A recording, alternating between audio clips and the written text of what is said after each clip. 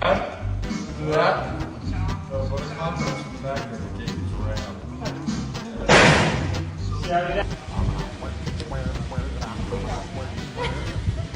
Bob the gardener.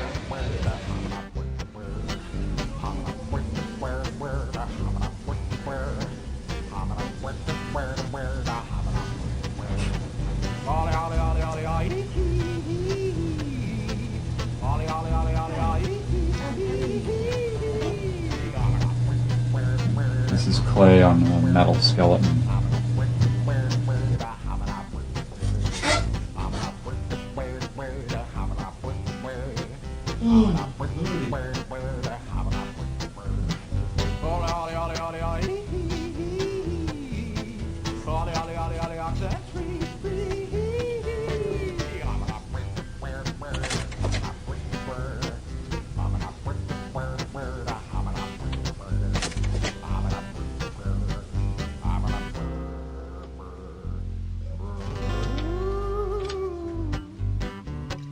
Hi, I'm Mike Dietz, and this is Clayman. For production purposes, he's actually made a foam latex painted to look like clay.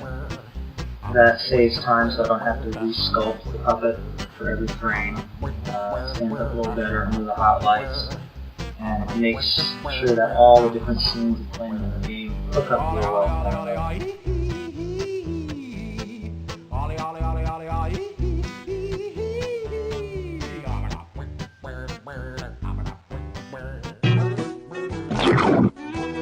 If you were to take the collective genius of the biggest names in music, film, and high technology and roll it up into a big ball, you would have, well, this. Meet Clayman. He is the first offspring of DreamWorks Interactive. DWI, as it's called, is the joint venture between Microsoft and DreamWorks SKG. Steven Spielberg, Jeffrey Katzenberg, David Geffen, and Bill Gates joined forces to produce interactive entertainment software. The significance is, basically you've got these big names, and especially with Spielberg, you have the talent pool that he brings with him. The Neverhood is DreamWorks Interactive's first release. While everyone else is using 3D graphics, special effects, weaponry, and blood and guts, DWI is using clay. Which casts real shadows, has real highlights, has real fingerprints on it, and real bounce lights, and kind of has more of a believable effect. People keep saying that they believe that they're in the Neverhood when they play the game. They believe that they are Clayman, because the character, he is real, just his movements are fake. Doug TenNapel created the Neverhood. He used 3.5 tons of clay to create a world of odd creatures, dark passageways, man-eating plants, and Clayman. Clayman, the unlikely hero who you, as the game player, help to defeat the evil foe and restore benevolence to the Neverhood. Steven Spielberg says he's thrilled with how the game turned out. The Neverhood is a wonderful adventure, but it's also a zany adventure. It's filled with humor and sight gags, and it's just great. If initial reviews of the Neverhood are any indication of how well the game will do, DWI's first release could blow away its competition. In Los Angeles, this is David Winter reporting.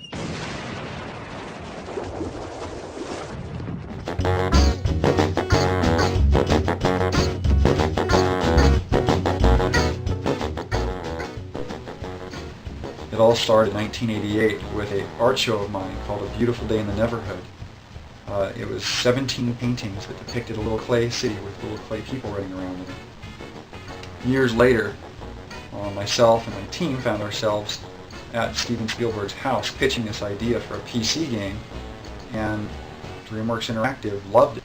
We started brainstorming right there, and we started just drawing like crazy and coming up with monsters and contraptions and puzzles, and those were the most creative days of my life.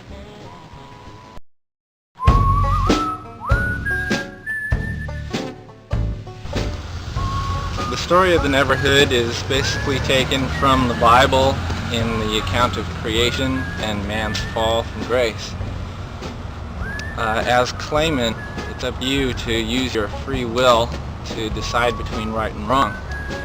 addition to that, you have to figure out who you are and what you have to do to reach that decision point.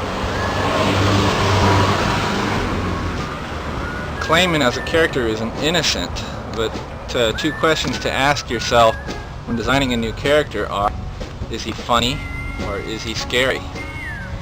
In the case of all the characters in the Neverhood, Clayman, Willie, they're funny. But in the case of Clog, they're very funny.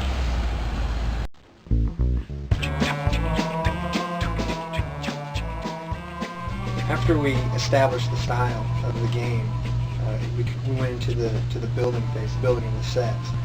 First I mapped out the set and how it was going to be constructed. I ended up building two different sets, a large scale set for the camera to move through, and then a smaller set so that we could show the whole world. We didn't have enough room to actually build the whole world on a larger scale.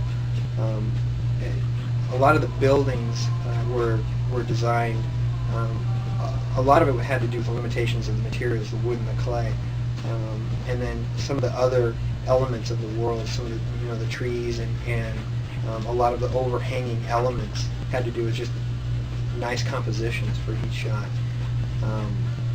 That was sort of the way that a lot of the look came about, was really had to do with a lot of the restrictions and working around.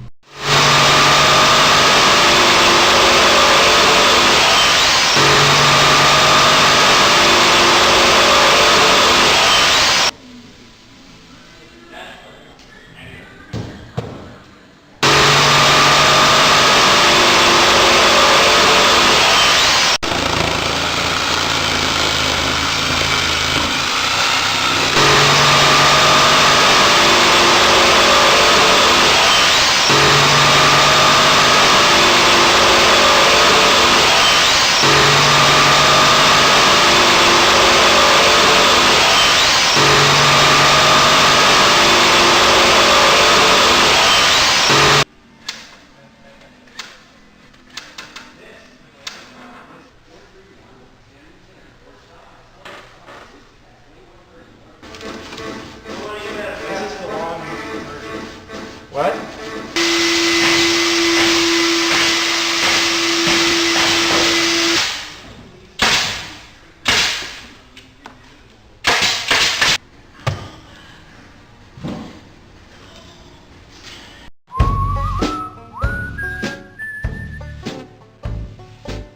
We used about 3 tons of clay, I'd say, to cover the sets and the interiors.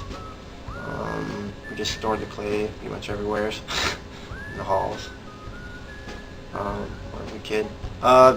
What we did is we came up with a technique.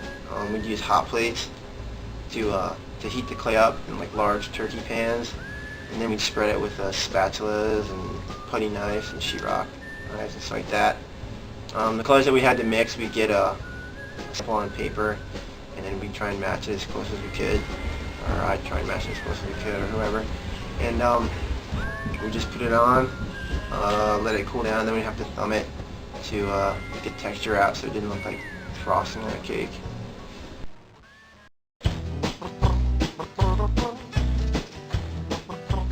I was in charge of the longer flick scenes in the game, some of the dramatic sequences. It's a really odd process. I start with storyboards. I draw everything out and paste the timing on it, record the voices, and then have the lighting set up, point the cameras, and after all this prep work, it could be hours for a shot, I finally get to get in and animate. The painstaking process of moving up it a little bit and shooting a frame, moving up a little bit and shooting a frame. And it comes up to being about 15 frames per second. The way that we approached the first-person movement was to build a track system out of wood. We looked into other systems, motion control camera, and 3D generated artwork, but we wanted to stay away from all of that. We wanted to kind of go the low-tech route. The way that the camera movements are handled, the camera sits down on this track and is moved along in small increments, 15 per second. And the turns are handled by hubs that rotate, that the camera sits on and rotates.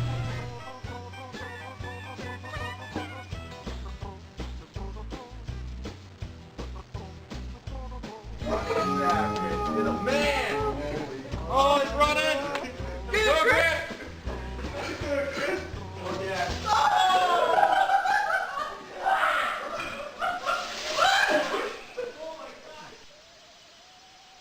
My role in creating the Neverhood was to do all the puppet animation, the interactive puppet animation, where you are controlling Clayman or any of the other characters. That's the animation I did. Oh, I don't know, maybe 20,000 frames of animation using latex puppets with mechanical armatures and clay puppets with wire armatures. Yeah. Hi, kids. Hi, Terry. My name is Uncle Terry. Hi, Uncle Terry. And I do the music for the Neverhood. It starts with a guitar. This is a guitar. And this is a guitar chord. What Uncle Terry does is he waits for the muse to visit him before he writes a song. I'm going to wait right now. From the start of the Neverhood, we knew that the sound and music was going to be, an integral part of making the Neverhood come alive and be real. We wanted the sound effects to be very earthy, almost grotesque, thuddy clay. The music, because the gaming industry was all going to heavy metal and techno, we wanted to kind of take a right turn and go into blues and just Dixieland, just funky, crazy stuff, which we knew Terry Taylor, whom I'm a big fan of, was very good at, very versatile. He did a couple of songs, they worked out very well, and, well, he got hired. The voices of the characters, we couldn't afford any more voice actors, so we all did them ourselves.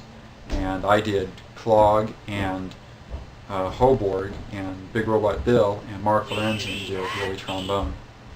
Clog, we would have me say something like, "I know what you're thinking and you can forget it!" And then we would pitch it up an octave, so he sounded like this little, crusty little guy, evil, with evil heart.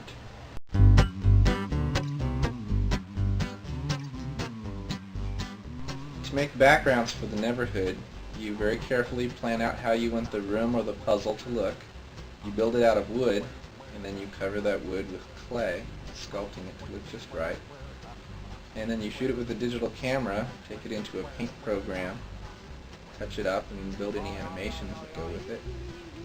And you put it right in the game.